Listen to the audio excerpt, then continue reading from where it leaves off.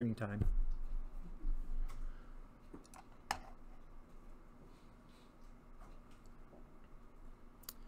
Okay, so let's go ahead and take a look at our dates in the calendar and everything.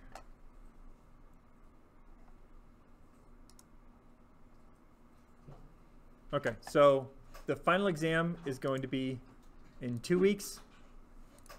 The review is going to be in 1 week. And then today is the last week of regular lecture. You do have a new assignment out there. And what I've decided is that it's sufficiently complex that I don't really want to ask this as a final exam question. So I always get especially on the surveys, that a lot of people say they feel lost at the end of the course, especially when they get into pointers and stuff like that. It's just a topic that they feel lost on. And this is kind of an assignment based on structs and pointers and stuff like this. So if you can at least get through the assignment, just give yourself a big pat on the back, because it is a little bit difficult understanding structs and pointers, which we'll talk about today. But all I'm going to really make you responsible for is 6 and 7. I think we just did 2 questions on the midterm, right? Yeah. Okay. I think that's what I'm going to do in the final. I've given 3 in the past. I think 3 can be a little bit much to do for some people in that time. So I think 2 is kind of the magic number for programming exams. And it'll be the same format as the midterm and everything. The only difference being that it's going to be weighted a little bit more. The reason I weight the midterm for 10% is, for most people in the room, it's probably the first time you've had that type of exam versus like a multiple choice or short answer or something like that. It's probably very different for people. So it's kind of like, okay, you can mess it up and it's not the end of the world. But now you've seen one exam, you know how to study for it, and then now this one's worth 20%. Bless you. And then, one other thing I wanted to talk about. Okay, so usually I'm very, very strict about late work and assignments and stuff like that. And I generally really don't like to take late assignments, especially in this class, because what happens is if you fall behind on one assignment, it's like a cascading effect. You've probably realized that so far, that everything builds on each other.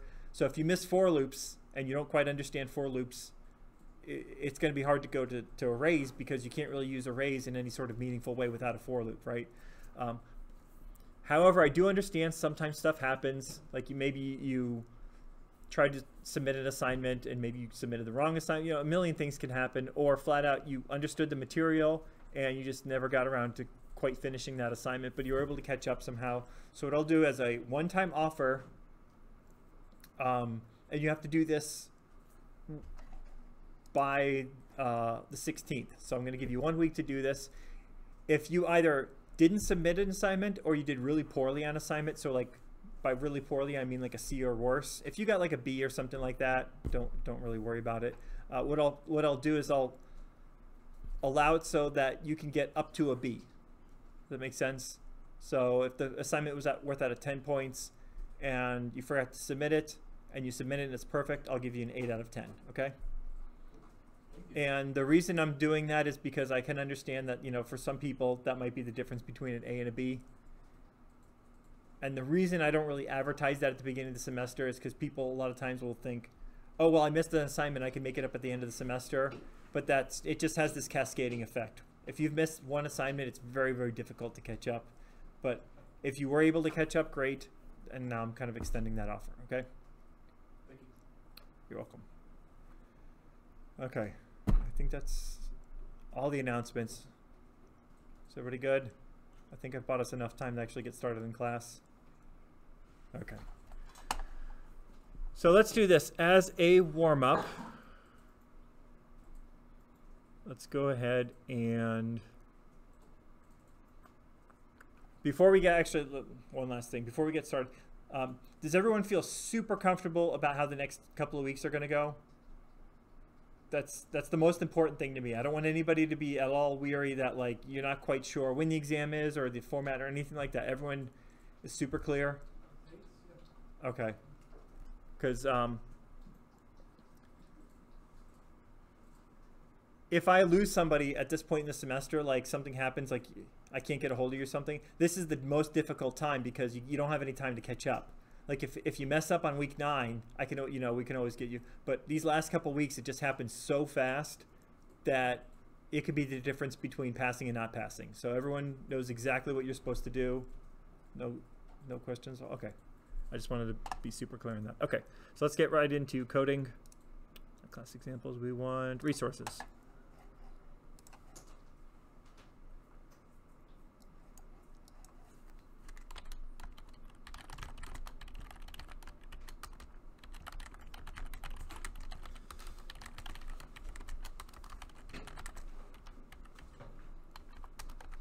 So as a warm-up,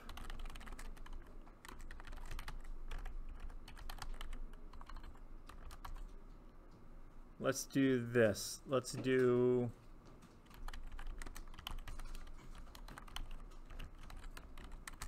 a simple version of can graduate where I just take in 2 variables, a GPA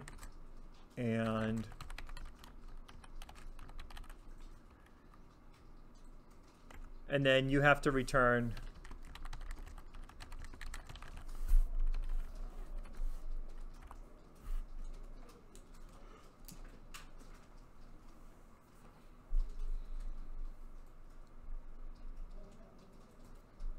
so make that can graduate work.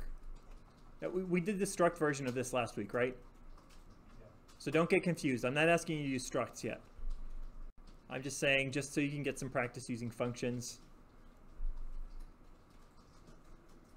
Go ahead and fill that out.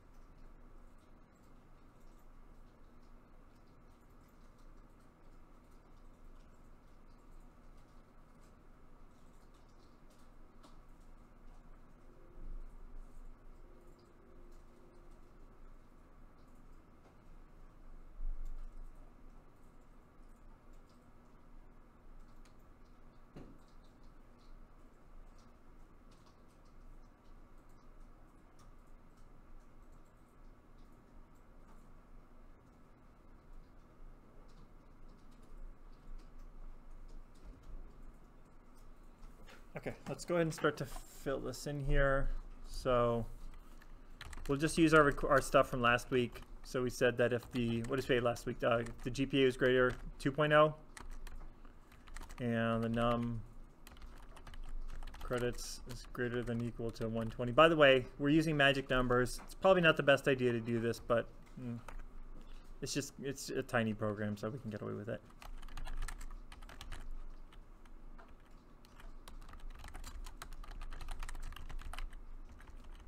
And I guess we can make it, I'm not going to bother making it interactive. So we'll say double GPA.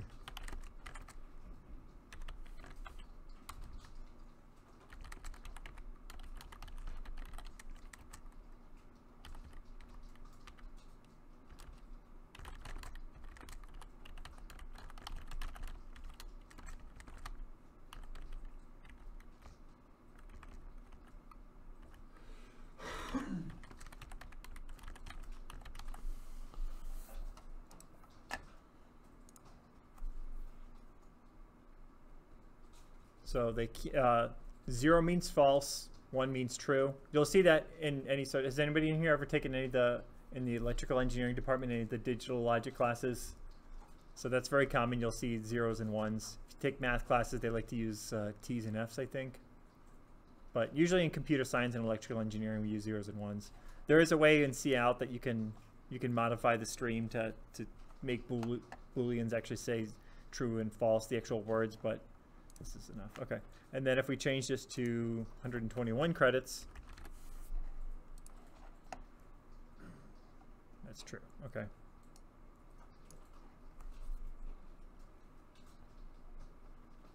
you have to recall your function after your data, your variables are inputted. What's that? You have to recall the function after the variables in the main function area. So here we're defining the function, Yeah. and then here we're actually calling it. Yeah, you can't call it above your variables. Yeah, and always keep that in mind. So our programs always run top to bottom, left to right. So if you do things out of order, you'll see it's already complaining because as it's running, so main is the entry point. When you actually hit run on your program, it starts running the main function, and then it goes here, and then it calls the can't graduate function, and it says, I haven't seen these variables yet. I don't know what to do with them. But when we put them down here, because we've declared them and assigned them values, then we can use them.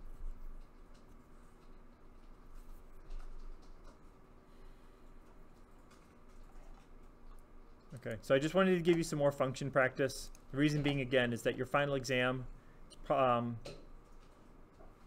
there's going to be a function and there's going to be something to do with arrays. We'll get into the details more next week, but those are going to be the 2 questions, functions and arrays.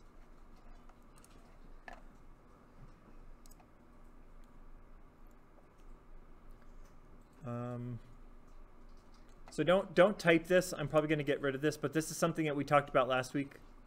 If you remember, remember we talked about pointers and scoping. So let me ask you this.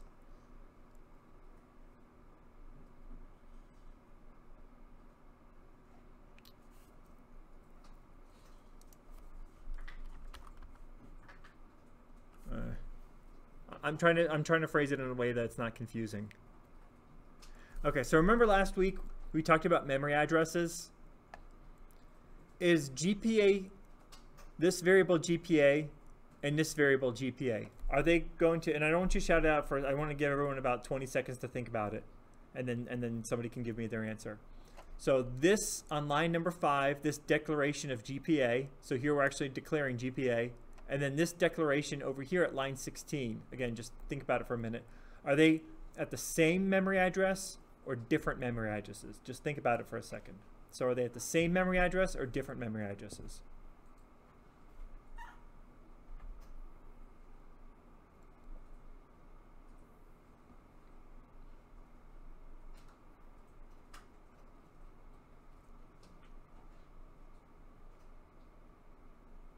Okay, so I need 2 things. So somebody who thinks they have the answer and an explanation on why. Because it's a yes or no question, but I need to know why as well. Different. What's that? They're different memory addresses because they're in 2 different functions. Like you have your bool function that you're.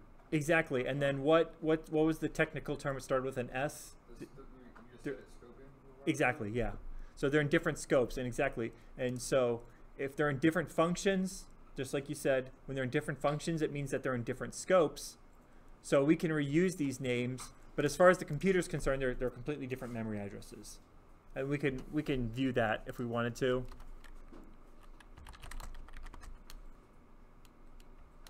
So we'll do checkpoint 1.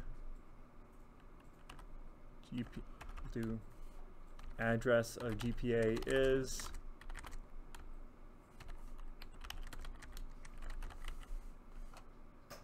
And then at the second checkpoint over in main,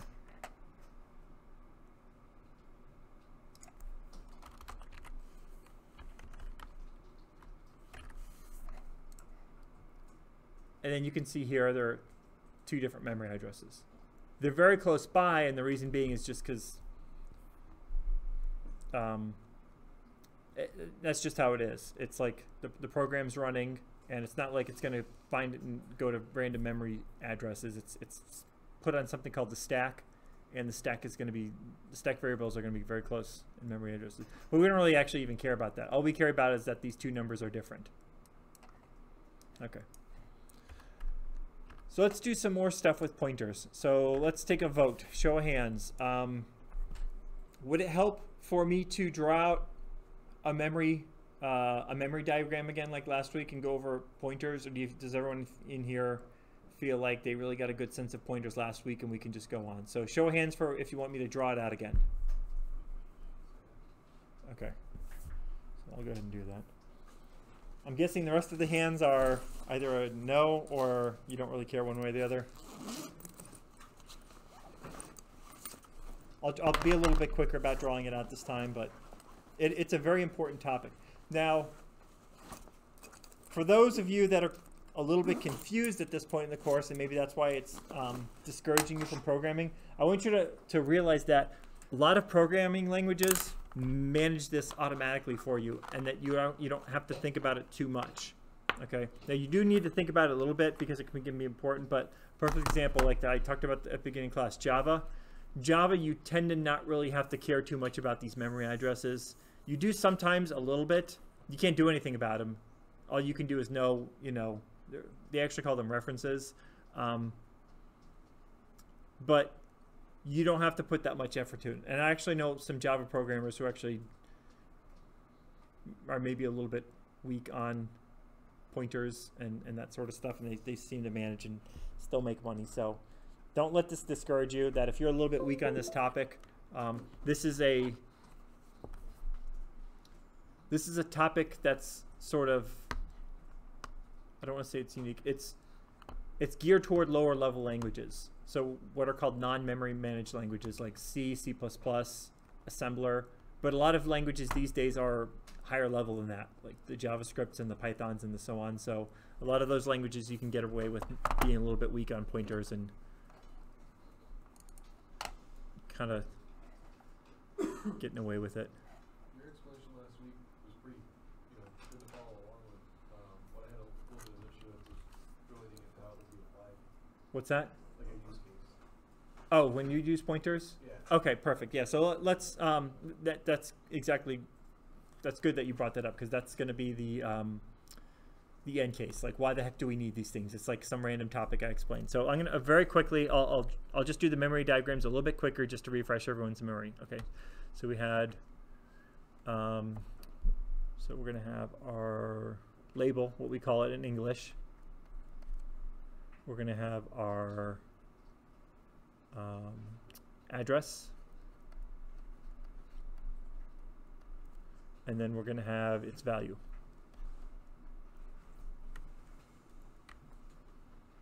And you know what? We're just going to hope that I kind of draw these straight, because I don't have time to.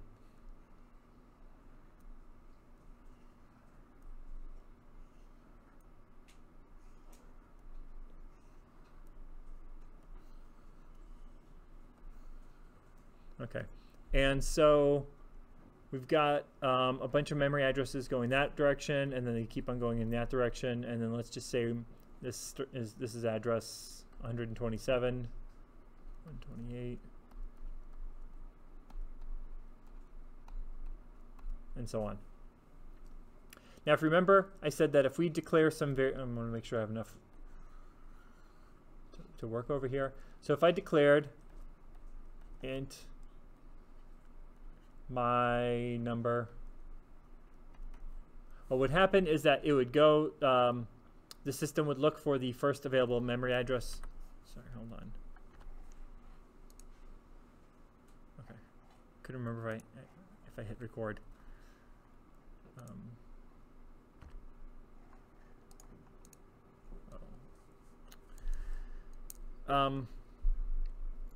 It's going to go and look for the first available memory address. So it's going to say that 127 is available. So it's going to say, okay, this variable that we declared called mynum, we're going to put that right here. And it's going to be, and internally it's going to manage using something called a symbol table. It's going to say, okay, every time they refer to mynum, they're actually referring to memory address 127.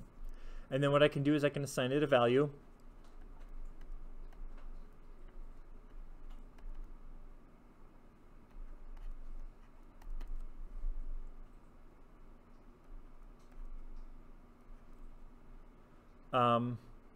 Let me leave myself enough room that I can change some things. Isn't that the programmers like a lot of sci-fi jokes, and you'll see this a lot. I find myself doing it all the time. Is that how many people have seen it's Hitchhiker's Guide to the Universe, right?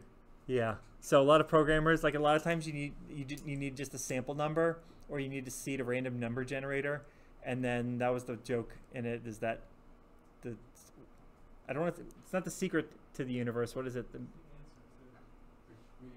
Yeah, exactly. And then the answer was 42. So check it out. It's kind of funny, but anyway, it's one of those things that you write it so often that you forget that it's even a joke, because programmers use it so often as just a placeholder number. So great. So I've assigned it the value 42. And then now if I changed it to like 43, so I could say mynum 43, or if I did mynum plus plus, actually let's do that so we get some practice. You know, we're not always doing the same stuff. So remember what plus plus does? What does plus plus do? Yeah, exactly. So just because I don't have a whole lot of room. So now it's equal to 43. So we can do instead. Now we can create this thing called a pointer. I'll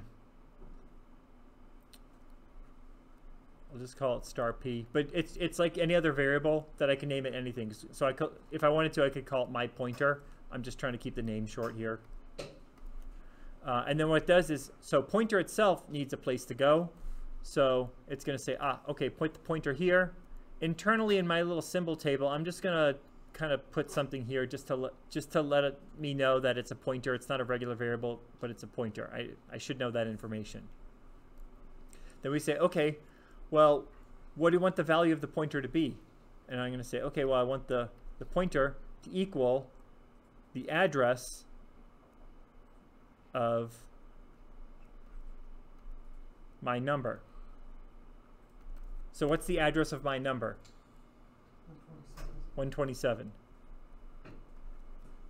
So now anytime that you just have p by itself, if I were to do a cout of p, hold on one second. So if I did something like this,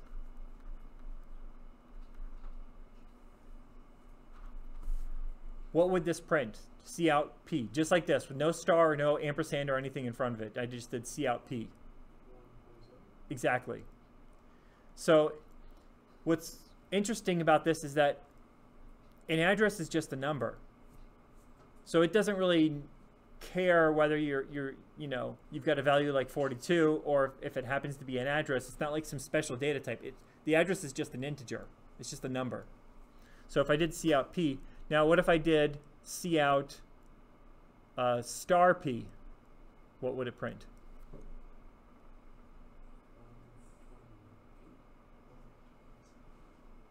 So remember what the star does? And there's a technical term, it's called dereferencing. So when I use p by itself, it's referring to the value. If I use star p, what it does is it goes to the value and it says, okay, I'm working with the data at address 127. It zooms over to address 127, and then it says, what's your value 43 now. So it would print 43. Does that make sense to everyone? Let me go through that one more time. So P by itself, that would just print 127 because that's where P is pointing to. When we use star P, what it does is it goes to that value and it says, okay, I'm understanding that 127 is a memory address. Let me go to that memory address and then let me look at its value. And then in this case, it's 43. Again, the analogy I like to use is mailboxes. Every mailbox has an address, right? And then you can put a postcard in there. So you've got the contents of the mailbox, but you've also got the actual address itself. So, sorry, did you have a question? Does it have to be P? No, you could, just like any variable. I just use P because it's short, but you very well could have done something like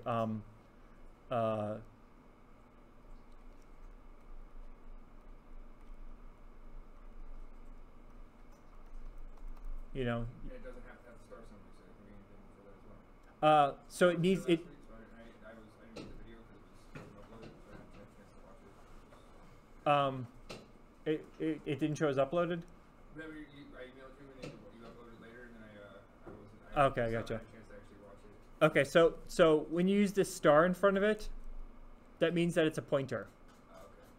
Okay. Okay, so this is double star cat. So it doesn't have to be an integer. It could be pretty much any type. The star symbol. Yeah. Or if it doesn't have the star, then it's just a regular variable. It's not a pointer. Could you do like star 127? Um, It would star that memory address. So it's tricky. The number or the value of the address. So what you can do, I don't want to confuse anybody. So if this doesn't quite make sense, don't worry about it. It's useless question. It's not actually useless. It's actually really important. So some people, if you're really strong on pointers, this is like your 30 seconds of bonus material. What you can actually do is set this to a manual memory address, okay? And it'll be a very high address, you know.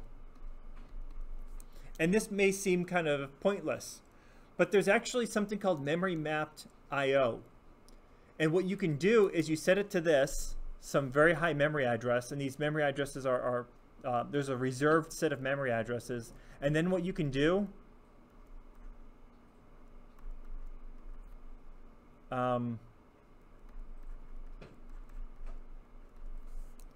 what happens is it says, oh, this is a special memory address. Let me communicate with hardware, and let me send that hello string to a piece of hardware.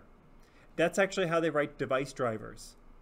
So if you wanted to write a video card driver, what you'd do is from the manufacturer, you'd get the proper memory addresses that you need to write to pass data back and forth, and that's what you do. You can usually do this a little bit simpler. Has anybody ever worked with Arduinos or any of those like microcontrollers?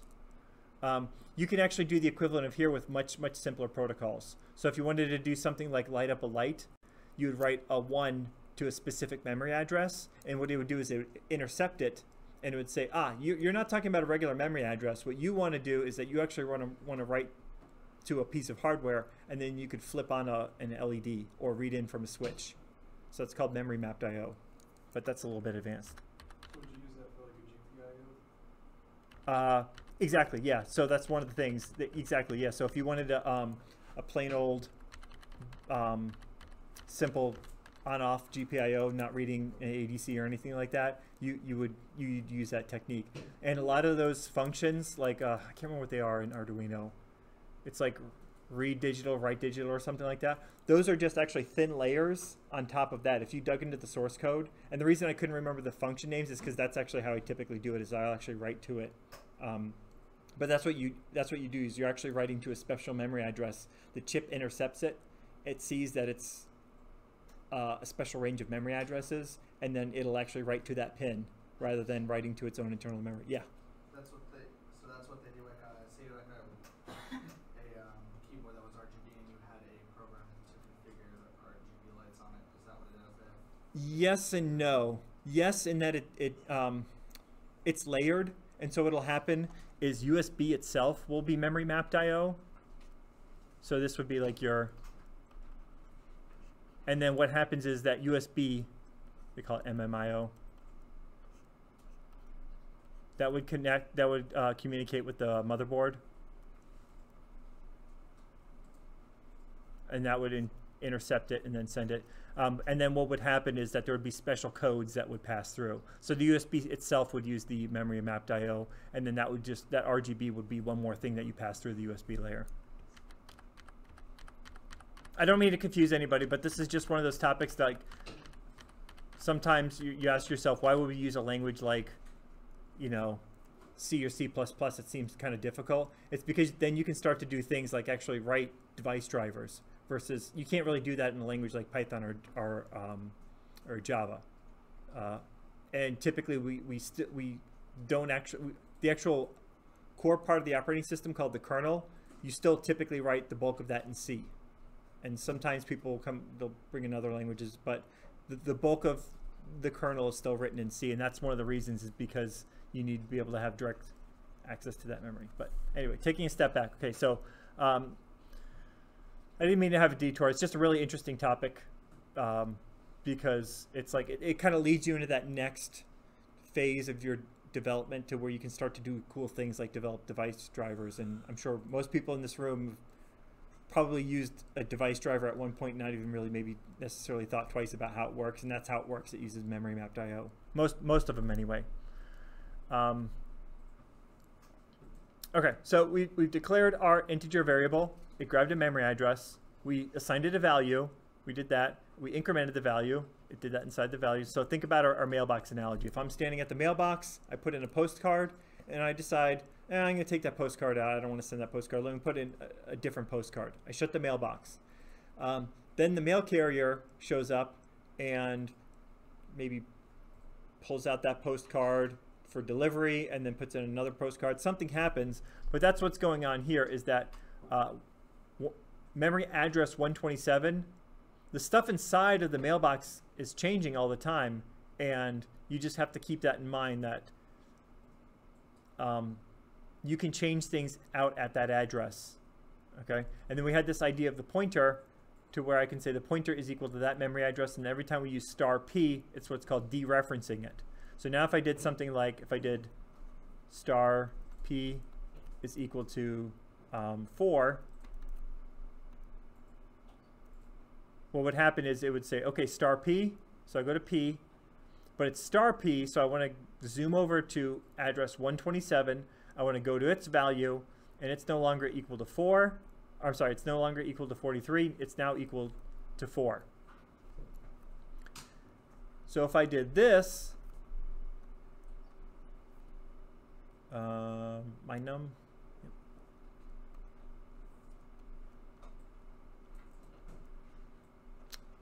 we don't need an endl. What would this line right here, what would this print? Exactly, because we've gone back and we've actually changed it. So even though we never said my num equals 4, we changed the contents at that memory address to now it's equal to 4. Does everyone have a good sense of how that works? I'm okay to move on? Okay.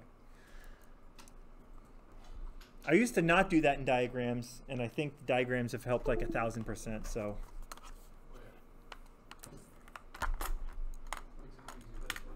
Yeah, exactly. Okay, so let's start up a new example here. Let's go to let's open up a new REPL.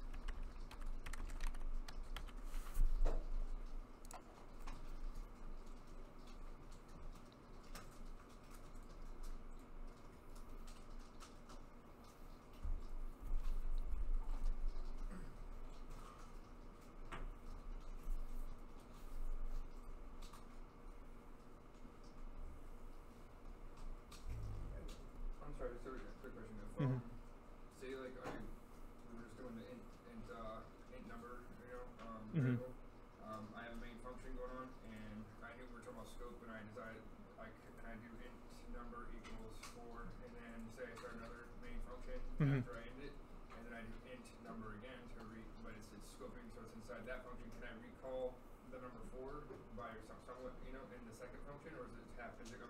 It's funny you should bring that up because that's exactly what we're going to do right now. Okay. So in about the next 10 minutes, hopefully your question's answered. Keep in mind if you still have questions, but that's actually what we're going to address right now. Okay, so let's set this up. So this is just gonna be short for increment. And I'm gonna have just some generic integer I, doesn't really matter what I is. And again, don't forget this is just kind of a common programming practice. If you've got some variable that has no specific meaning, int I, double D, string S, student, like my student or something like that. A lot of times you'll just keep these generic. And in practice, if you're using a lot of functions and your function is small, in practice you'll actually find yourself doing this a lot. If you find yourself having to come up with a lot of variable names, maybe you need to break your program up into some more functions. But anyway, so actually no. So let's do this. Sorry, so it's not going to return an integer. It's going to be void. So I hate changing code because I know it throws everybody off. So it's going to be void inc, which is short for increment. It takes in an integer I, and it does I++.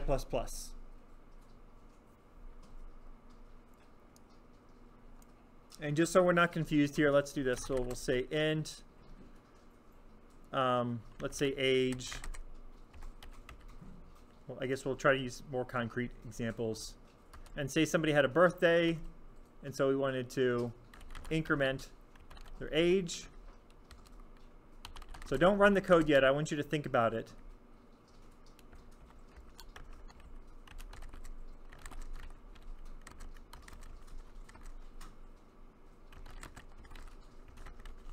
So let's do this. Let's be very specific so we can kind of see some output. Okay. So we've set age to 20. So we've got this increment function, and let's say the person starts off at 20. So this should say age is 20. Increment age, and don't run it just yet. I want you to think about it for a second. Think about what will line 15 print.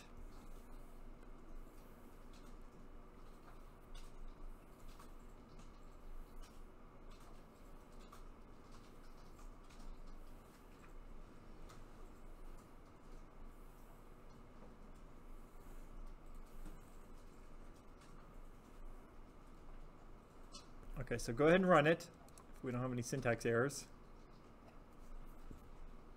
So age is 20. I called that increment function. What the increment function does is it does I++, but now it says age is now 20. So let's do a little bit of debugging here. And if you see the answer, don't shout it out. I want everyone to kind of go through the whole process.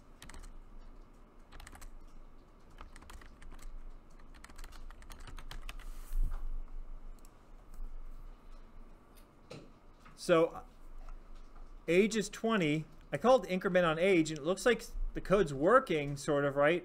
I did I++, and it says now I is 21. But then when it gets back here, it still says age is 20. I want everyone to think about that for maybe about a minute, and then we'll discuss it.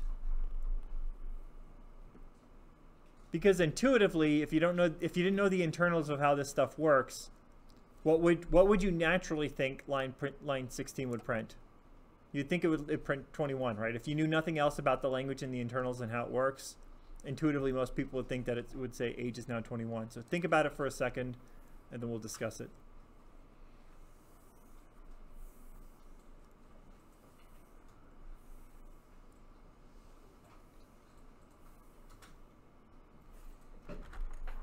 And actually, you know what? The discussion might be better with a memory diagram, so let's go ahead and drop a diagram.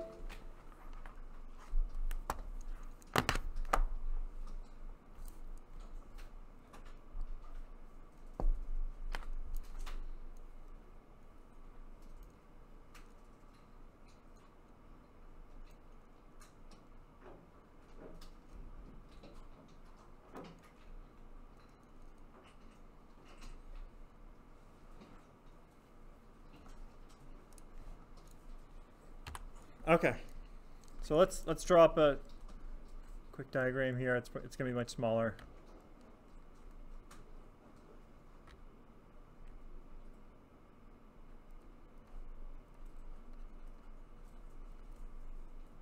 It's short for address, and then it's value.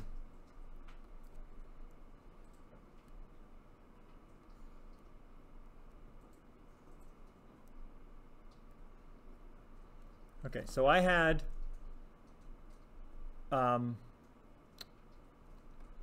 int age is equal to 20. So what happens here is that let's just put in some memory addresses here.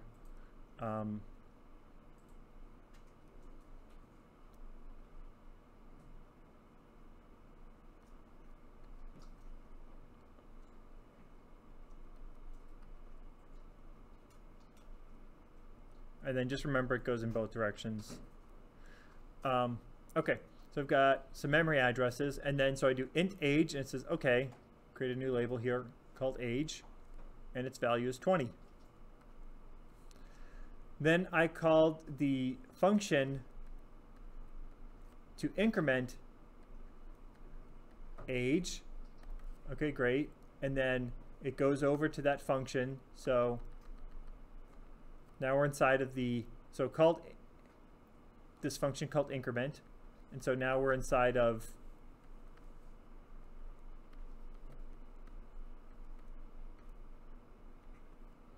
and then I do so right now what happens is inside that function it says int I. So what happens is that there's got to be space for I, right? Don't be confused by that. I think maybe some people get a little bit confused by that, is that when it's inside of a function signature like this, it's basically like you're declaring it.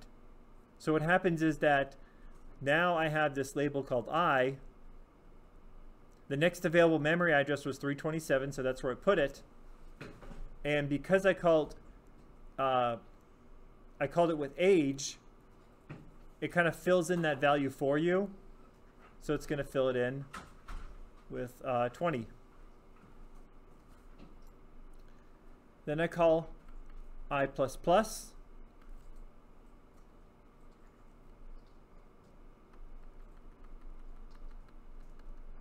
So what's going to happen? When I call I++, what changes? I goes from 20 to 21. Exactly. So I change that from 20. Just scribble out the whole thing. It's now 21. Now I go back to my main function. So this is here I'm inside of main. Here I'm inside of inc. And it jumps over to this increment function right here as soon as I call the function. And then now back here I'm back inside of main. If I call cout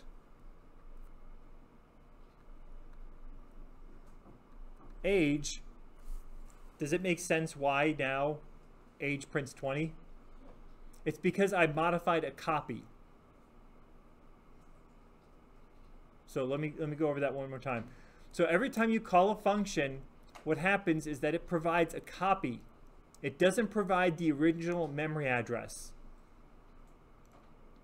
So if I pass in age, what it does is it says, oh, okay, the value of age is 20. Copy 20 into this new variable that you're declaring I, and so it's going to say I is equal to 20. Increment that variable, and then we're done with the function. Now, if I wanted to change the original value, what would I have to do? I would have to actually increment the memory address 326, correct? Because that's where age actually is. So I need a way of sending that memory address inside of the function. I need a way of saying, I don't want a copy of this. I want to actually give you memory address 326, let you work directly on that memory address, let you directly increment it, and then be done with it. And the way you do that is that you have to declare it in a special way. And so what we have to do instead is that we have to say that let me type it out. It might be a little bit more clear. So let's do a second version of this. And in the second version, we'll just call it inc2. I hate creating function names like this, but I guess it's okay for class. Now here, what this says instead is it says, instead of giving me the value of the value of whatever we pass to it, in this case, the value of age, I want you to give me its memory address. And then what I'm going to do is I'm going to operate directly on that memory address. Now you're seeing that it's giving me the squiggly lines. Just like in other areas of like mathematics and stuff, we do have order of operations and precedence and stuff like that. The star is, I think, a little bit weaker, so I think what we have to actually do is this to get it to stop complaining. Yeah. So we're saying, if you don't understand it, don't worry about it. But it's, you know how like in math that you have to put parentheses around things because there's, you know, multiplication is stronger than addition and so on. It's like it's too ambiguous without them. It's not that it's ambiguous. There's an order of operations. So if you don't have this, what you're actually saying is do this first, increment I by 1, and then go to its memory address. And that's not what we want. What we want is we want to go over to its memory address and then increment. So I don't talk about it a whole lot in the class because it can get complicated, but there's a whole list if you're ever interested, and those. So here's all the rules. That's why I don't go over them. You don't have to memorize these. Most of these that you'll just kind of know naturally at some point, but and C++ is a very complicated language, so it's got a lot of operators that we haven't talked about. But you can see, so just like in algebra where you may have to, you know, you've got exponents versus subtraction, you know, you have to know the order of operations, the what's called the operator precedence. Same thing happened here. That's why we had to wrap it in parentheses. We're just saying that we want to do this first. But that aside, going back, now what's happening is that we're saying, okay, give me the memory address of that thing, and then we're going to operate directly on the memory address. So let's do this. Rather than inc age, let's call the second version. Now it's complaining. Does anybody know why it's complaining? We don't need to send it. Here what we're saying is give it the value of age. But we don't want to give it the value. What do we want to give it instead? Exactly, yeah. So we need the memory address. And how do we get the memory address of a variable? What special symbol do we use? Exactly, the ampersand. So we're saying, okay, I'm not going to give you the value of age. I'm not going to send you 20. I want you to send, like, you know, some very large memory address that we don't actually care about. We just need to know that it is a memory address. And now we run it. Notice the difference. We said operate directly on that memory address in this other version, and that's why this works. Does that make sense? You just kind of just stare at it for a second and let it sink in. Yeah. The sign means that, you said? Yeah, the ampersand. So anytime you see this in front of a variable, it means get the memory address of age. Okay. And then the function operates on the address rather than Exactly, and declared variable. and it turns out we don't really care. Again, these They're just placeholders. yeah, these are just for us as people to read. What bless you. What the compiler and the operating system, all that really cares about is memory addresses and numbers. So these are just kind of, you know, niceties for us as humans. And the early computers didn't even actually have these. They'd actually have to operate directly on memory addresses and track them themselves. So the ampersand age is saying that it's going to use a memory address, and then up in the function, the asterisk is saying that it's going to operate on a memory address. And everything that happens is happening on the memory address. So when you go back to age, it's going to show the value that was updated for the memory address that you were working with. Correctly. Yeah, correct. Wow, that's cool. Uh, So if you had an issue before that you were facing with scoping and not being able to scope, this kind of is a workaround for that. Correct. Yeah. Yeah.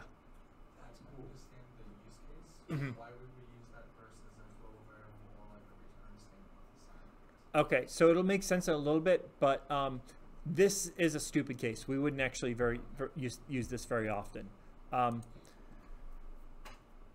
The short answer is for efficiency purposes. What we're going to see in a little bit is that when you do this with structs and arrays, every time you do a memory copy, it's fast, but it's not. Yeah, so anytime you can do something directly on the CPU, it's considered an order of magnitude faster than memory. So the CPU operates in, I think, nanoseconds, if I got my scientific notation right. Memory works in like low milliseconds, maybe slightly sub-millisecond. So if you can keep things on the CPU registers, it works super, super, super fast. If you have to resort to doing memory copies, it still works fast, but not as fast. And so in 2019, as fast as computers are, you could probably get away with it. But you have to think when somebody's like writing a large system, like a video game, you want to be as efficient as possible. Keep that is a good question. Keep that in your head, because again, I'm kind of walking you toward a final thing, but you're correct. As written, this would be kind of a silly use case. You wouldn't do this because you actually wouldn't gain any efficiency by doing this. Yeah. So the star next to the I there, is that just a differentiator from the I above, or is it to say, does it have any connection with memory address? So what happens here is that here you can think of this as we're declaring a variable. We're saying we've got this function called inc2, the second version of our increment function, and I'm basically declaring a variable here. So remember before when we did like int star p, we're basically saying, hey, I'm declaring a variable, and that variable is a pointer. And then now when you go to use it, in this context, this is called dereferencing it. It's going over to memory address 192, and then it's going inside that memory address, looking at the value, and it's saying, okay, increment it by 1. Maybe this will make a little bit more sense. I think those parentheses around it may have been a little bit confusing. This is maybe a little bit more like we saw before. Does that make it a little bit more clear, maybe? I'm gonna have, like you said, stare at it for a little bit. Oops.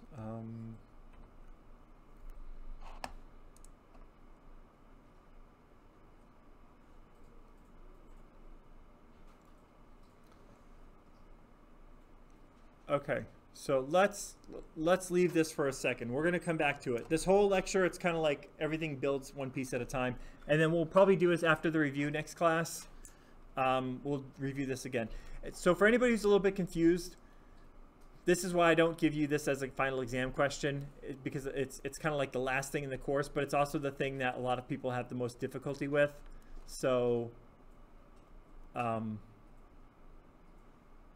get through the final assignment, and then it might just be one of those things that maybe over the summer you have to go back and just kind of spend some time on it. Because I will say that a lot of people, this is what if you're writing in C or C++, this historically, from my experience, has been what people have the most difficulty with is understanding pointers.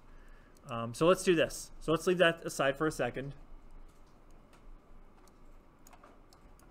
Now let's do something else here.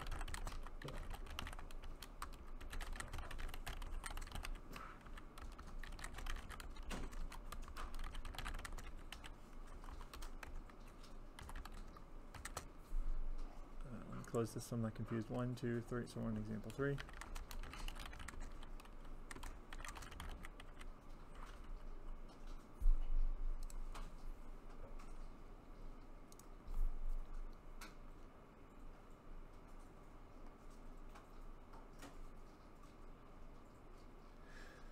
So we have this special operator. It looks like a function. It's actually technically an operator. It's called size of. And maybe I'm gonna get away from using I every single time. Let's maybe use some concrete variables some more. So int age is equal to 44, and let's do this. So we're gonna see out size of let's not use age because it's going to get confusing. Let's use I. What's going to happen is otherwise it's going to get confusing because I'm going to say size of age and it's going to make it sound like, you know, anyway, so we'll just stay abstract for now. This is the one case that I think using I is actually more clear. So size of I is, and then we call this special operator called size of, and I realize it looks like it's a function.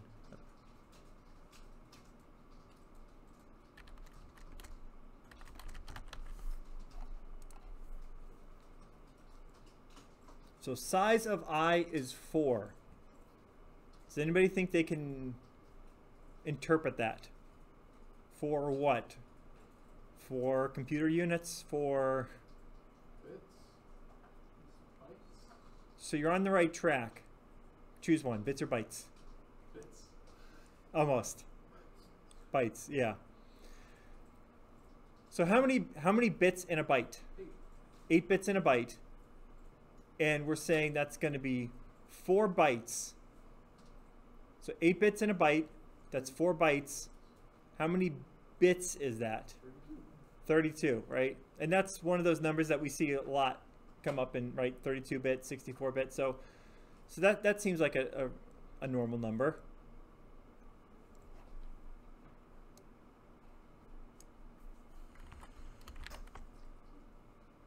So let's do this. Size of the address of I is 8.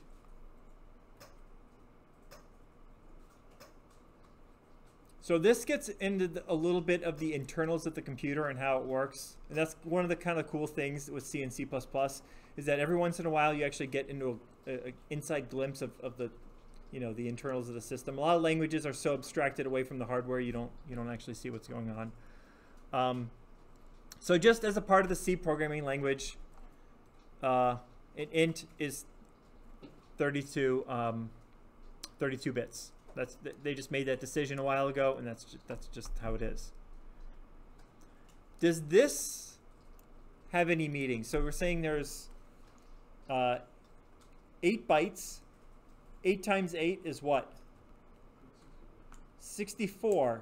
64 bits.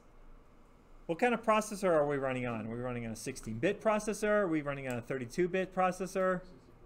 64-bit processor. So what this is, one of the things that when we talk about a processor being 32 bits and 64 bits, there's a few things to the definition, but one of them is the memory addresses. Now this is going back, I used this example last semester and a few people actually raised their hand. Does anybody remember a time when if you had a computer, a 32-bit operating system, so if I had a 32-bit operating system, what was the maximum amount of memory that I could use? Does anybody remember this? This was a limitation a few years ago. 4 gigs. 4 gigs. Does anybody know why that is? Because it's all it could address. Exactly. So what happens is that if we do... Same problem with 32-bit issue we're going to have.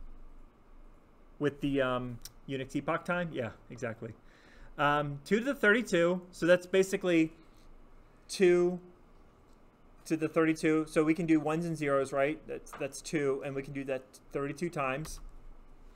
So that's some very large number here. Well, what number is that? Is that millions? Is that trillions? What is that? Billions. What's another way of saying billions?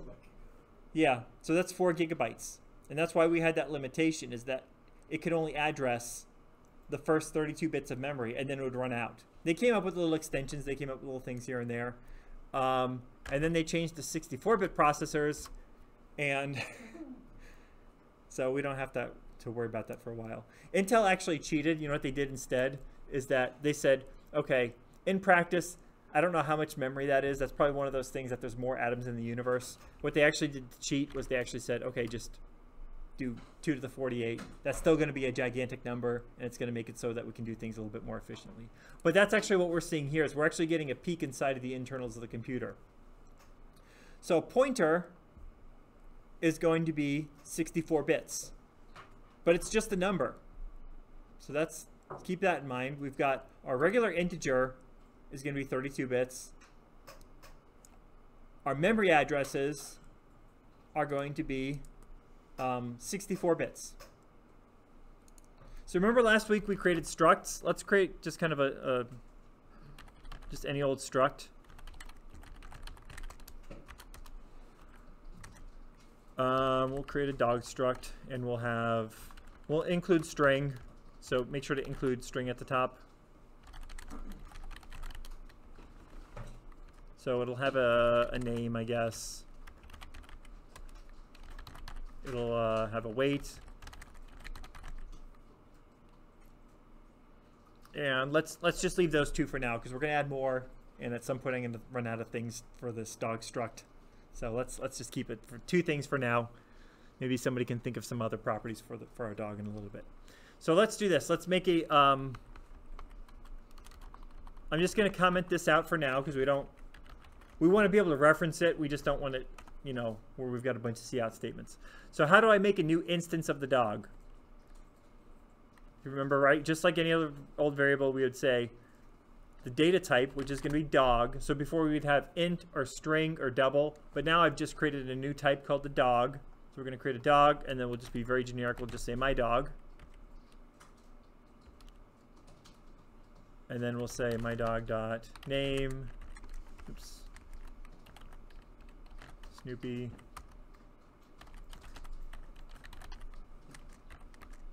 20, I don't know, 20 units. Doesn't really matter.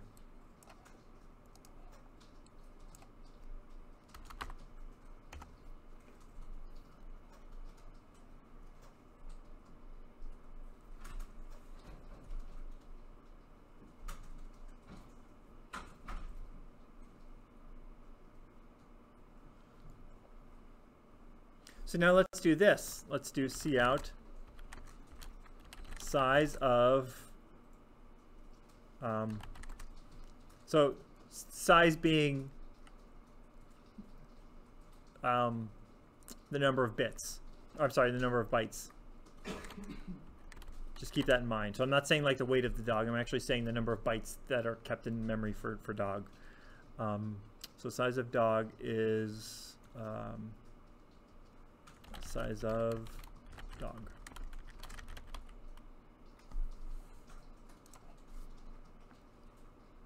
So 40 bytes. Not a huge amount, but it's a lot bigger than 4, right? 10 times larger. So what happens? So name another property that I can add here. Age. Perfect. And age. So it was 40. We can even set an age. Let's say the 2 years old. So it was 40. Now it's going to be 48. It's like every piece of the struct adds 8 bytes. And sort of. Different things can add other things. So doubles and ints, it's complicated because it does this thing called alignment. And that's why this int didn't add 4, because it wants to align against certain boundaries. That kind of gets into the internals of it again. I wouldn't worry too much about that right now, but that is good you brought that up. But you can see that it's increasing in size. Yeah. So let's do this. So size of the address of dog. Now don't forget, we've been using memory addresses with ints and other primitive data types, but because we've just ourselves created a new data type called dog, there's no reason that we can't reference its memory address. Okay? So don't get confused by this. We're just changing things a little bit, but it all kind of follows the same fundamentals. It's got to be kept somewhere in memory. So size of the address of dog is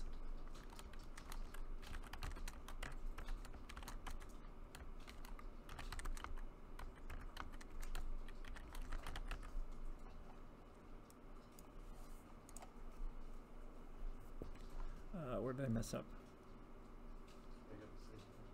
I think what we have to, oh, I'm sorry, so we can't do that. Change both of these to my dog. There's a reason that it worked for dog and that it didn't work for my dog. So dog, it can figure out the size of that struct, but in this particular instance, it can't find it. It can't. There's no memory address associated with the struct. We'd have to create a specific instance. So, but if you don't understand what any of that means, don't worry about that. Just change them both to my dog. Okay. So what do you notice? The size of the actual dog struct is 48 bytes, but the size of the pointer is 8. Because the pointer is just the address, right? Exactly. So let me ask you this. So somebody think of another variable for our dog. Breed, perfect. So string, breed, and then what is Snoopy? Is he just a mutt? Sure. Beagle, that's right, duh.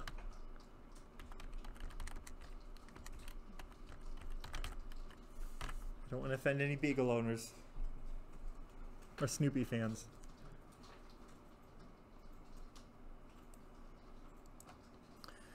So I know sometimes we get into the weeds and the details, but I've got a struct, and we've just been slowly adding variables. And what we've noticed is that the size of the struct as we increase the number of variables has been increasing. It's taking up more memory. Memory isn't free. We've got a finite amount. We've got a lot of it, but it's not free. And it increased. But what did we notice about the size of the dog pointer? Still 8. So the reason we care about pointers, remember going back to this function right here, this increment function. This first version, every single time I called increment, I had to pass a copy. Now it turns out it's not that big of a deal when we're dealing with integers. They're very small, they're fixed size, doesn't really matter. You can see here this struct is starting to get a little bit larger. And so what happens is that every time I call a function on that struct, it has to pass around 80 bytes. Versus if I called a pointer to the dog, I only have to pass 8 bytes. And it could be worse if I pass in the dog, modify the dog, and then pass it back. That would actually be 160 bytes. Now this may seem like I'm, obsessing about a few bytes. In practice, think about a video game. Think about if you've got a struct that's a character.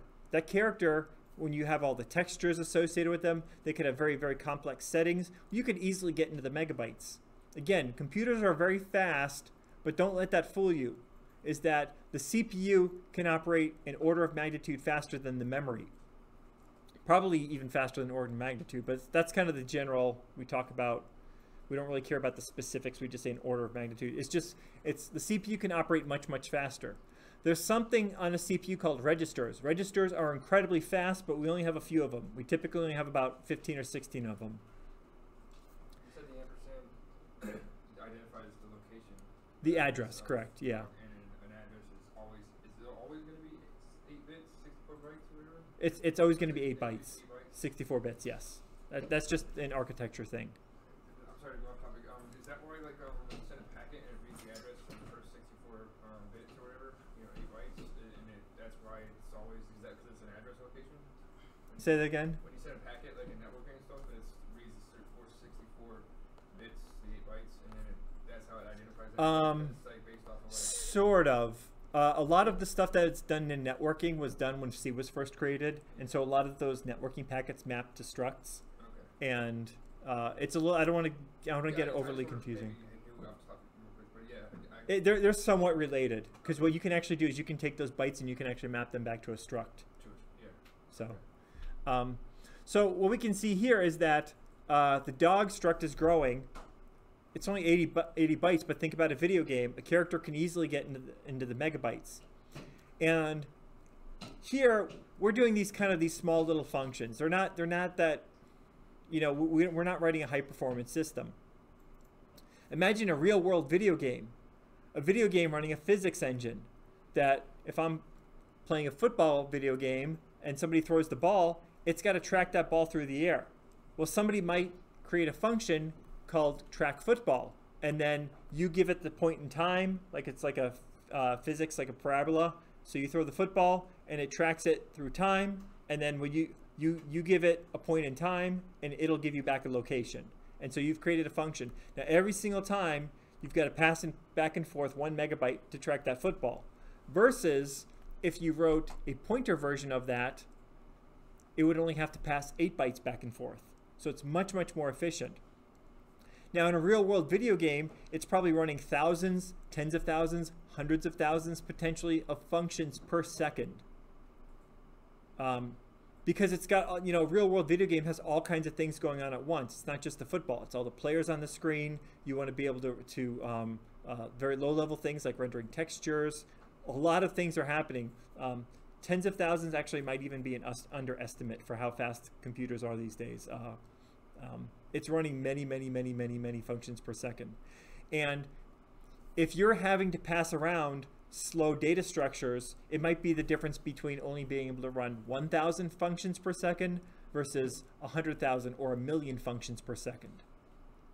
Okay? And so what our goal is to, anytime we have a struct or other large data structure, what we want to do is that we want to pass it a pointer. We don't want to pass it the original data structure. We want to pass it a pointer. And only in the rare cases that we actually do need a full copy, we make a full copy, but that actually turns out to be very rare that we actually do need the full copy of the struct. So going back, and I'll give you an example here in a second, going back here, so the question going back was, when would you use this? That's why you would never use this. I don't want to say never. It's very, very rare that you use just a pointer and an int like this. The reason being is it's just kind of a pointless thing. Ints are so small and they're fixed size that it's actually faster, because remember an int was 4 bytes versus the 8-byte pointer. It's actually slightly faster to just pass in the original integer. But now we get into higher level, more structured programming where we're dealing with arrays and structures. Then that's when you start to use these pointers. So you kind of see how this all comes together now, is that the whole goal is that we want to make our programs as efficient as possible. And then rather than having to pass around very large data copies all over the place, we just can give it one 8-byte pointer that no matter how large the structure is, whether it's 80 bytes or 8 megabytes, this is fixed size, okay? So let's do this. So knowing that, let's actually write a real world version. Okay, so let's go back to our can graduate example. Let's do include iostream.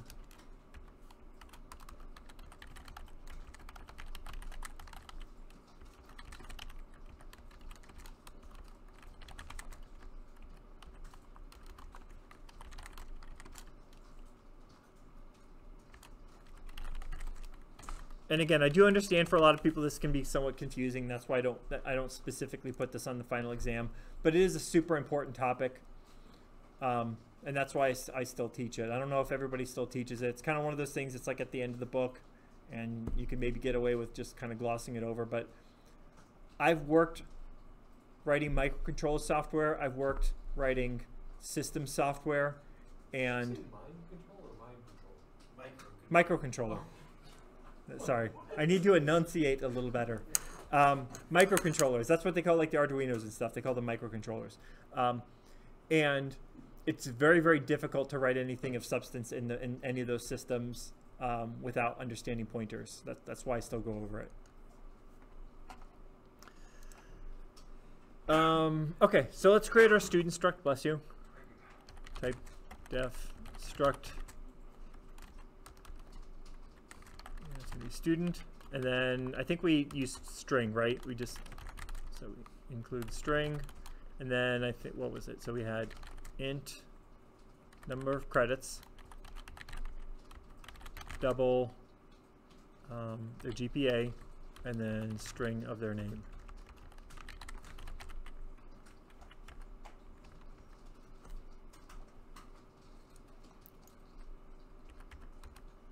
And then we're just going to be very generic. We're just going to say student s. And then don't forget, going all the way back, is that I've got this thing called a struct.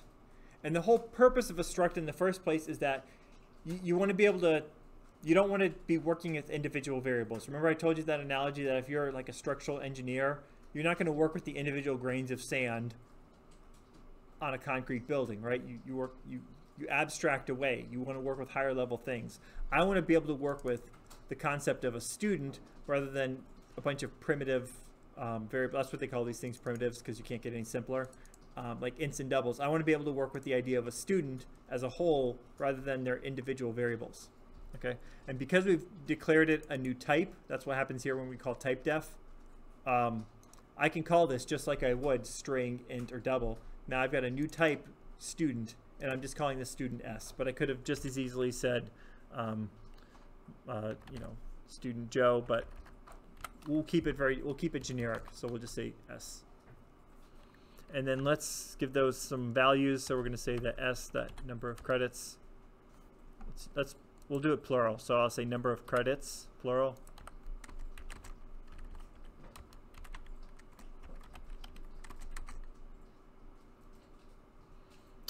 The GPA would be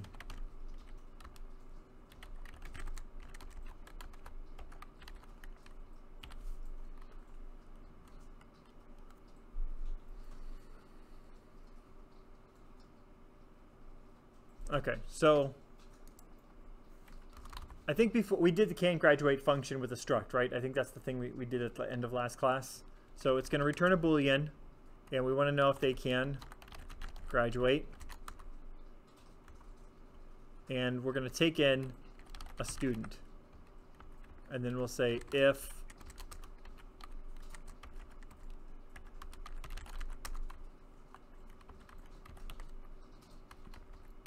their GPA is greater or equal to 2.0 and their number of credits greater or equal to 120, and they can graduate. Otherwise, they can't.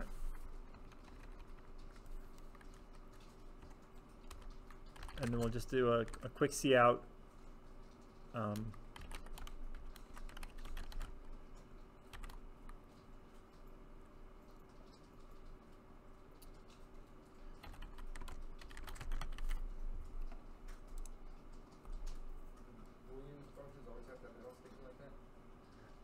You always have to return something from a function. So it's not unique to Booleans.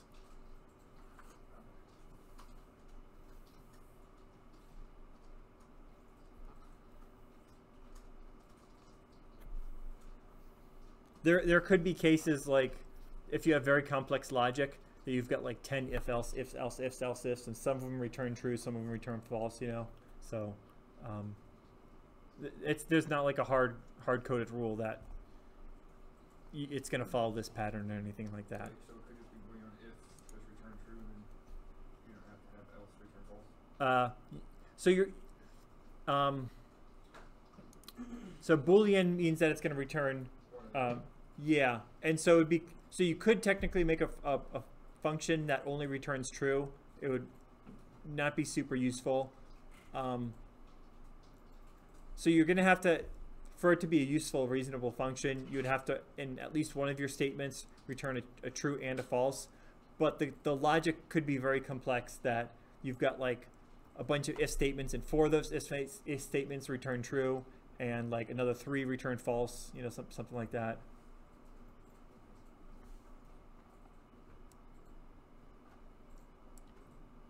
Okay. And now if we notice from before, so don't type this, this is just as a reminder.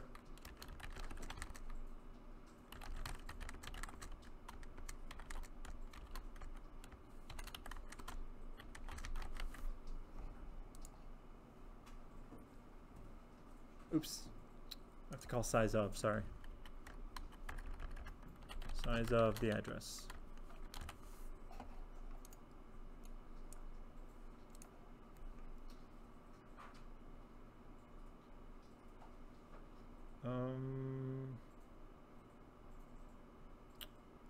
I don't like that. Let's add one more field here. Maybe major.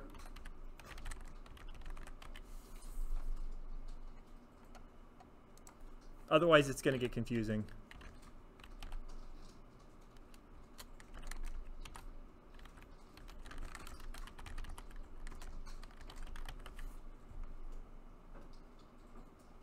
Oh, sorry.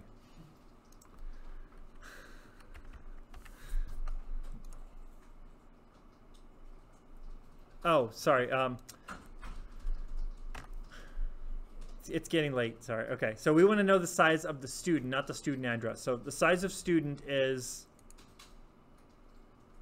80 bytes. Okay. And you know what? Let's go ahead and leave that. I like that, having one more, because in practice that's what happens, is that you'll actually get very large structs. So I added major. I guess I didn't really need to, but let's go ahead and leave it.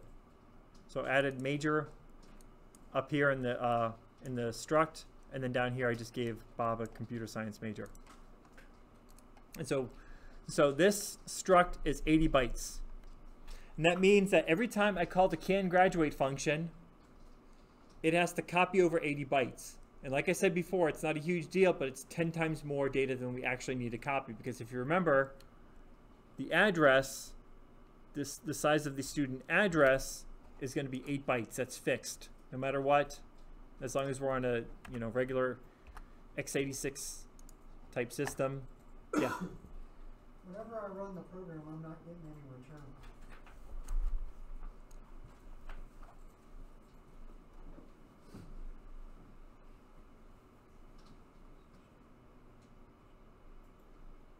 Oh, you need to see out state. Let me scroll up here. Yeah, so you just need lines 30 and 31. So we're basically needlessly copying 80 bytes. Yes. How does it get to 80 again? What are the increments? So it's a little bit complicated. So an int is going to be 8. A double is going to be 8. No, I'm sorry. An int is going to be 4. A double is going to be 8. A string is actually something called a class. I don't know it off the top of my head. These are different, and you don't have to specifically know.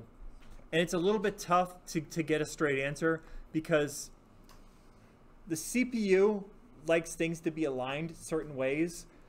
So even though technically an int takes up 4 bytes, sometimes it'll do this thing called padding, where it'll pad out a struct so that it follows along certain lines. So that's why I can't give you a super straight answer. We could, if we wanted to, we could do like if we wanted to know how large a string is, I guess we could do the math individually. So size of string is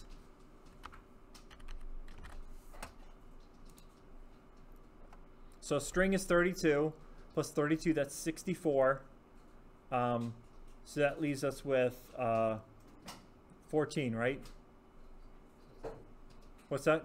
16, sorry, duh. And so the double is going to take up 8. And then the problem with the int, but I think it padded out those last 4 bytes. That's why it's sometimes difficult to get a straight answer on that. But you can see here the math kind of adds up. Okay. So every time we call can graduate, it's calling 80 bytes that we don't really need to. So what we want to do is change this to the pointer function, or the pointer version of this function.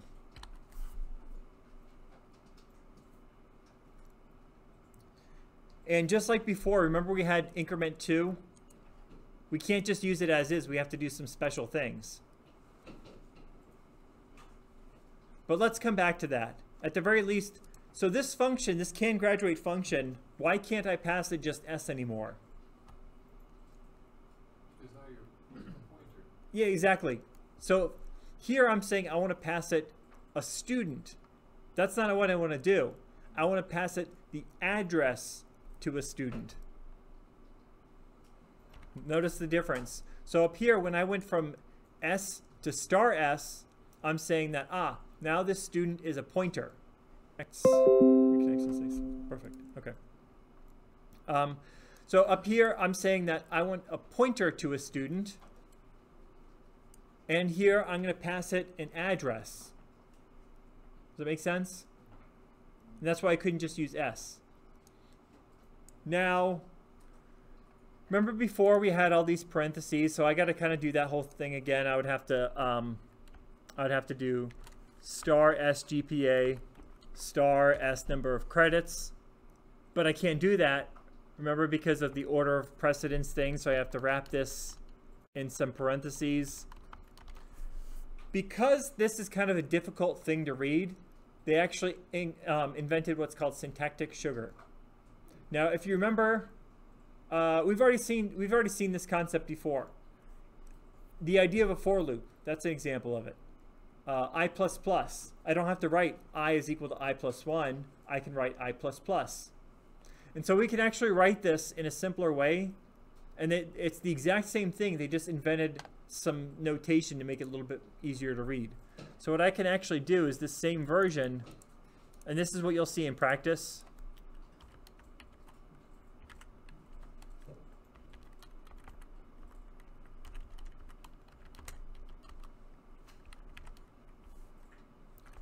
We can do S and then an arrow, and it means the exact same thing, and the idea is that it's easier to read. What's that? No, they overloaded that operator. Yeah, yeah. So in Java, that's lambda, and in C++, it has a different meaning. Yeah, it depends the context. Here it's not a lambda.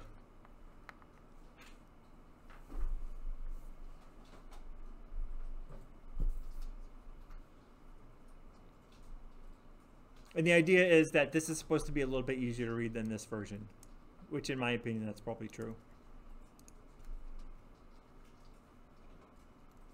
And now we've modified this to every single time it calls the can graduate function, rather than having to pass 80 bytes, it only has to pass 8. In this trivial case, it's not that big of a deal, but don't get fooled by the small programs we write in here. Every time we write a program and I teach you something, say, can that scale to a video game? Always keep that in the back of your mind. A video game calling 100,000 functions per second. This version could scale to a video game and not slow it down, because it's not copying 10 times the amount of data it actually needs to copy. It's always passing just a pointer. And again, So you're not passing an entire, you're not copying the information and sending it from that location. You're actually giving it a pointer, having it recall back to the location, then grabbing the data. Exactly, yeah. And what I'll do in a second, once everyone's caught up typing, I'm going to draw this out one last time. And hopefully it makes a little bit more sense.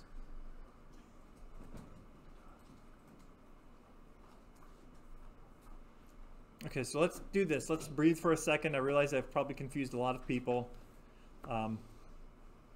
And just make sure you've got all the code written down, because I'm going to go ahead and diagram this. And then, Upload these tonight? yes. Yeah. Can you scroll all the way down to the bottom?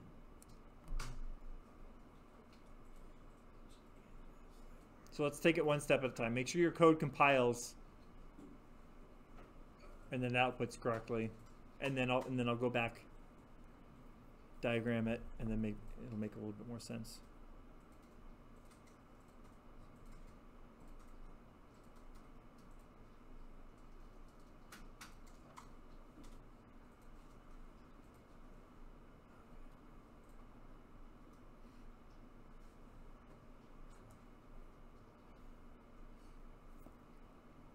Okay, is everyone good? Okay, so let's do this. Let's do some diagrams. That always helps. Figure this out.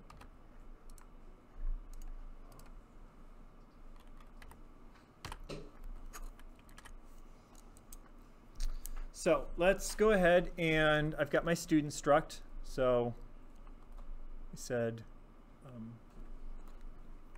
slightly smaller in this font.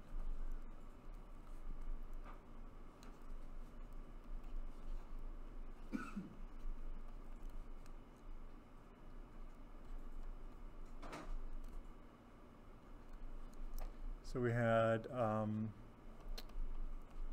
number of credits,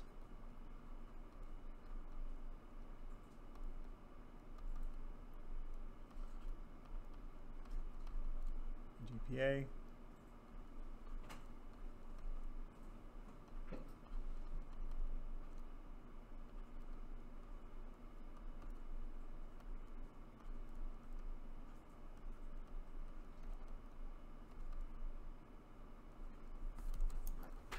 So now when I create a struct, let's make a memory diagram over here.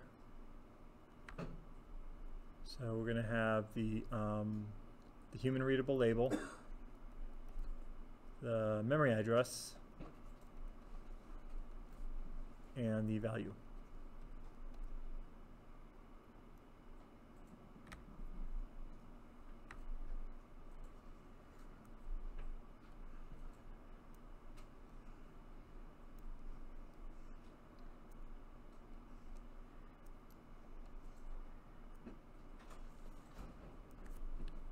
So now when I actually create a struct, something interesting happens here. So if I create type def struct and then student.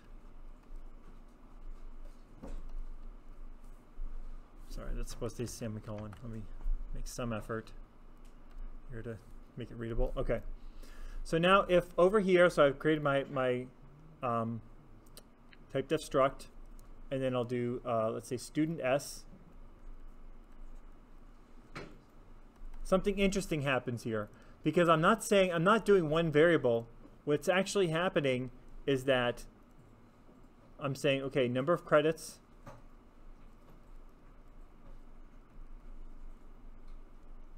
GPA,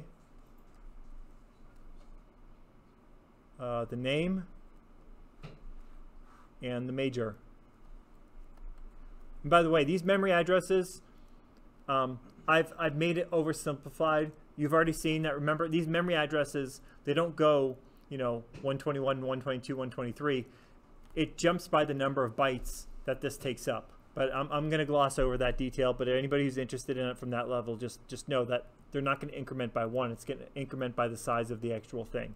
But then what's going to do is internally in its symbol table, it's going to keep this whole thing. It said, oh, yes, but this whole thing right here, this is student S. And then these are the individual properties of that student. Yeah. If it's incrementing by the amount of bytes it has, is it more than one or is it just So if I were to more accurately draw this, it would be more something like let's draw it from 0. You wouldn't actually start from 0 for many reasons, but okay, so it'd be an int would take up 4, so it'd go 0, 1, 2, 3. Then we'd have GPA, which would GPA was a double, that'll take up 8, so that becomes 12. And then our string would be, I think it was 32, right? So it'd be 44. I'm falling asleep here. No. Is that right? Yeah. Okay.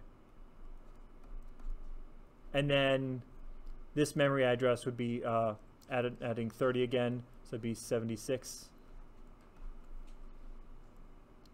And that's to say that's its start address.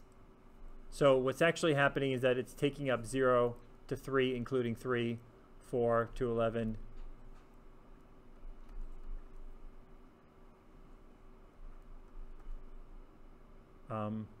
And then that's the ending address, yeah. Does that make sense?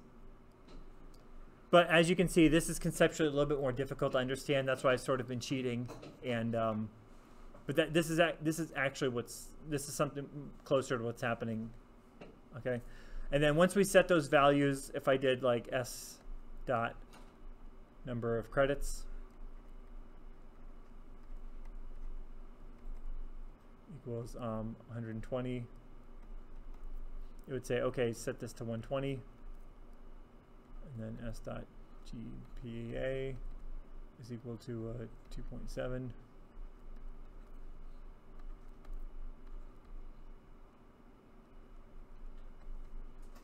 And even this is actually a little bit more complicated. It's not going to directly put Bob here, but we can cheat because computers are very complicated. And if we knew everything all the way down to how it works, we would. This would be a 10-year class. So sometimes we have to gloss over things.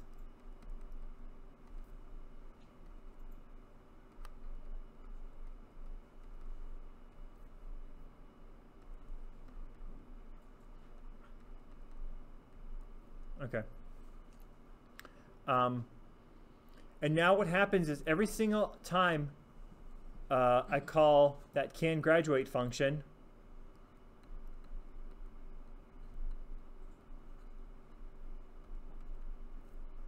now the version before, if I called S, what would happen is that it would have to make a copy of this entire thing, and then we would have to extend this all the way down and fill everything in again.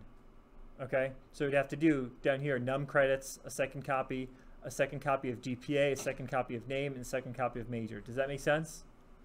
However, our more efficient version that Well, you just said it had nothing to do with the structure. You were just saying that it would have to put that data into memory. so if we this is what we call pass by value. It would make an entire copy of student. It'd make an entire second copy inside of its own in this area called the stack here, and we'd actually have two copies of the student. However, a more efficient version, what it's going to do, we're going to pass in the can't ever draw these things, the address of S, which is actually to say that it's going to pass in 0, okay, and it's just going to work on a memory address directly. Does that make sense? And so it never actually needs to make a second copy. And so if inside of here, inside of this can graduate function, if I called something like S and I changed the value like GPA,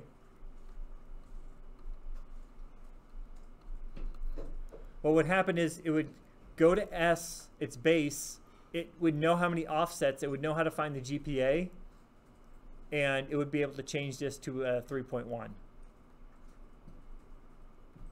It would work on the original. Okay, does that make a little bit more sense? I realize this is kind of a tough topic, and this is basically the last topic of the course. So you would have to, like, so if you recalled it once, then change the GPA and recalled it again, it would have to have 3 copies at that point, right? Then you're in your if we were doing, I wouldn't say 3 copies. It's tough. It uses this area of memory called the stack, and every time you call a function, it puts something onto the stack. And then every time the function completes, everything in the stack is wiped out.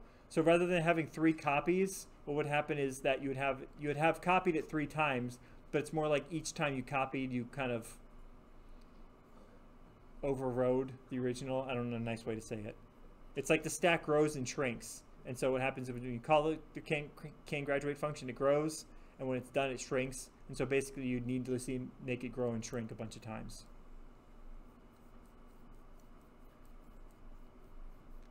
Okay. So I've arranged this assignment in a way that, realizing not everyone is going to be super comfortable with pointers and the ins and outs. So if you at least understand the pattern of what's going on here, and you kind of have a general sense of how everything should work, this is actually a relatively easy assignment. You actually don't have to do a whole lot of thinking on this assignment. If you see the pattern, and you understand the various characters, it should be pretty easy. Okay, so this is the assignment. This and note the due date. I want you to have this done before the exam. So the exam is on the 23rd.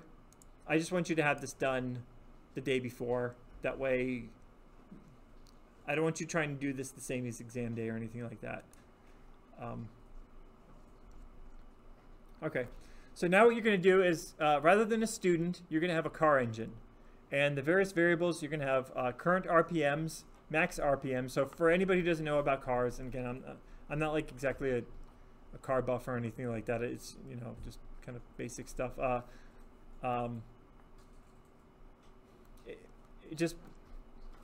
It's just a property of the engine. That's all you have to know, okay? And so if you're driving a car, the engine's going to be at a current number of RPMs that it's running at. But then typically engines have like a highest rated number of RPMs that it can safely drive. And the idea is that you don't want to exceed that level, okay? And then it's going to have a number of cylinders. Again, if you don't understand car engines too much, don't worry. It's just another property of the engine. And it's displacement. Again, it's just basically, it's the size of the engine. You don't, another property of the engine. And so I'll just kind of, for anybody, So for those that know about cars, let's choose some data types. So current RPMs, what do you think is a good data type for that?